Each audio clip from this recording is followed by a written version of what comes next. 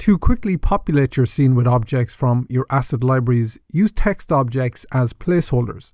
Simply enter the name of the asset into the text body and position it precisely where you want it. If you find yourself needing more robots, it's as straightforward as duplicating the existing text object and repositioning it throughout your scene. Proceed by appending the asset as many times as necessary. This add-on was inspired by the tedious process of replacing objects during the iterative design process. With this tool, those days are behind us. Just update the text object with the new asset name you wish to incorporate. And with a click, your scene is updated instantly. To use the add-on, you need an asset library folder linked in Preferences. Then, once linked in Preferences, you can link that asset library folder here. The add-on will then search through the blend files in that specific folder, but not any subfolders. This involves navigating to Edit, Preferences, and then to the File Paths tab to establish the library path. For assistance in this process, I recommend viewing my asset library tutorial, available through a link in the description. This step ensures the add-on utilizes a library path of your specification. Initially, the add-on auto-detects and lists the first library specified in Preferences. Should there be any complications, manual linkage is possible by clicking the folder icon, navigating to your library folder, and selecting to link. The add-on introduces functionalities such as adding text and including a rectangle. These features are interconnected, enabling the addition of a text object to the scene, which is then automatically aligned to the center horizontally and middle vertically, facilitated through the paragraph setting in the Object Data tab. This ensures consistent and predictable asset placement.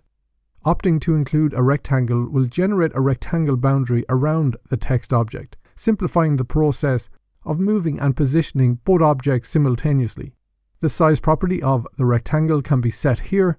The rectangle acts as a parent to the text object, using a child constraint allowing for independent scaling of the text. Advanced settings are available, including the max number of objects the add-on will append at once, and the extent of the library search, enhancing both efficiency and usability. It will handle up to 10 objects per append action, set to a default value of 3. The max to search tops out at 500 objects per file that will be searched through, and a maximum of 10 blend files will be searched in your library folder, sorted alphabetically to enhance efficiency and usability. After you set these the first time, you can uncheck to minimize advanced settings. The Match Text to Asset and Append Asset functions are next, enabling the matching of text to the closest asset name in your library, thereby streamlining the appending process. These functions require the scene to be in object mode, with reminders provided for optimal usage. For accurate asset appending, ensuring an exact match between the text and the asset name is crucial. If discrepancies arise, manual name entry using copy and paste is recommended for precision. Now let's look at more detailed explanations of this add-on, so we can look at some examples. Text2Asset is as simple as adding a text object to the scene. Name it precisely after the asset you require, such as chair recliner, and then select Append Asset. The add-on will navigate through your specified library folder, pinpointing the specified asset. You can include a rectangle object by enabling that option. Set the size you want that rectangle object. You can quickly reposition the 3D cursor below here, so I'll move this away on the x-axis. Now, this time I add a text object, a rectangle object is included. This rectangle is a parent object, so moving this also moves the text. If the exact name escapes you, start with a broader term like DISH, then leverage the Match Text to Asset feature. This function searches for the closest match and updates the text object accordingly.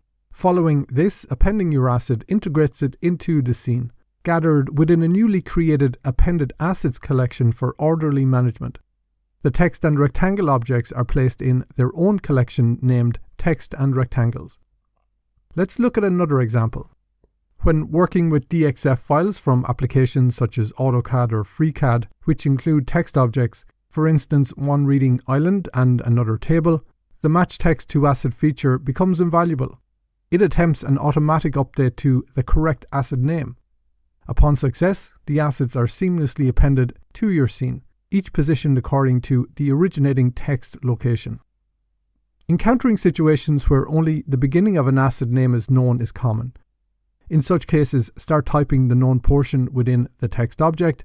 Instead of completing the name yourself, allow the add-on to autofill the remainder.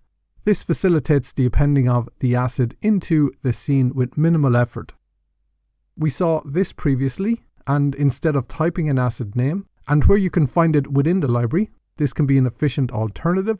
Simply hover over the asset name, copy it, Ctrl+C, then paste, Ctrl+V it into the text object's body. This process ensures the name matches exactly to that of the asset, and once appended is accurately positioned and orientated to match the text object. To substitute one asset with another, begin by removing the existing asset, update the text object with the new asset name as demonstrated previously, and append the new asset in its place. This functionality is particularly useful for rapidly filling your scene with assets. Should you reach the append limit initially, simply append again to include all desired assets. There are a couple of considerations to be mindful of while using this add-on. When configuring text objects for asset placement, their axis alignment plays a critical role, typically defaulting from negative to positive along the x-axis. This influences how objects from the library are appended, highlighting the importance of this setting, and we will see why that is important in a moment. Next is the text alignment.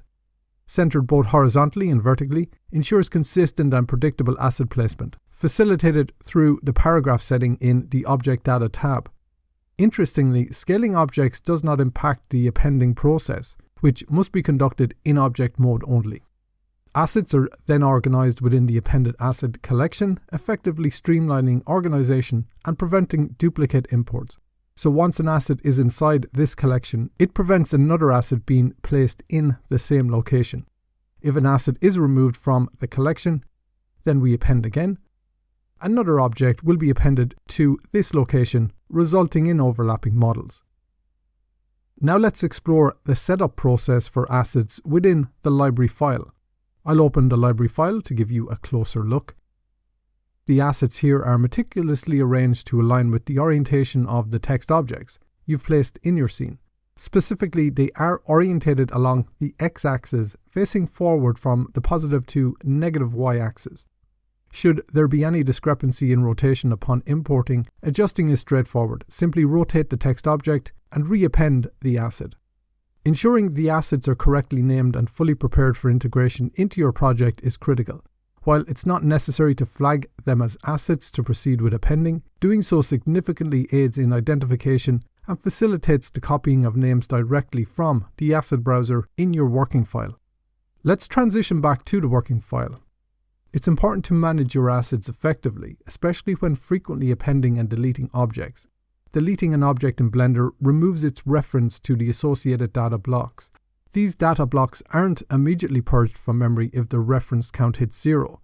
This delay is by design, allowing Blender to potentially reuse the data, thus saving time when recreating complex objects. Furthermore, the undo system relies on these references to function correctly. To maintain both efficiency and manageable file sizes, it's often necessary to purge unused data blocks periodically.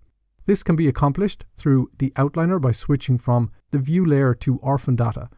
Here, you'll find the option to select and delete individual objects, or use the purge button to remove all unused data blocks at once. Exercise caution to ensure you're not eliminating something you'll need later. Once done, remember to switch back to the view layer. This add-on automatically detects your primary asset library path as set in your preferences and links to it. Should you need to change this, simply click the folder icon to navigate to a different library and select it. I hope you find this add-on as beneficial and time-saving as I do. It's designed to streamline your workflow, allowing for quick and efficient asset management. For those eager to dive in, you'll find a ready-to-use asset library on my website, enabling you to get started immediately and enjoy the creative process to its fullest. Let the fun begin.